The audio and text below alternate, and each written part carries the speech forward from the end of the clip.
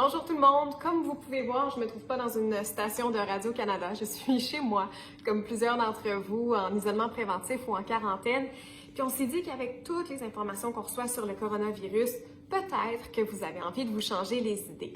Donc, au cours des prochains jours, j'aurai pour vous plusieurs propositions culturelles, divertissantes, et je vais même vous mettre au défi de réaliser quelques activités simplement pour le plaisir, pour partager ça sur les réseaux sociaux.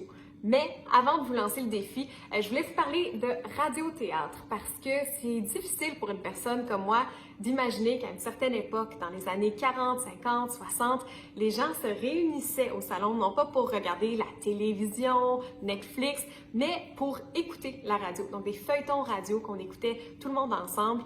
Et ce soir, on va remonter dans le temps grâce à Ici Première qui nous propose une pièce de théâtre à la radio. Donc, ça s'intitule Mademoiselle Julie. Ça devait être présenté au Théâtre du Rideau Vert à Montréal, mais comme plusieurs autres événements culturels, ça a été annulé. C'est une pièce qui met en vedette Magali Lépine-Blondeau, David Boutin, Louise Cardinal, et ce sera présenté sur les ondes de Radio-Canada, la radio, à compter de 21h, 21h30 à Terre-Neuve. Vous pouvez aussi l'écouter sur l'application audio. Donc, une belle façon de revivre cette tradition-là que Radio-Canada a longtemps soutenue.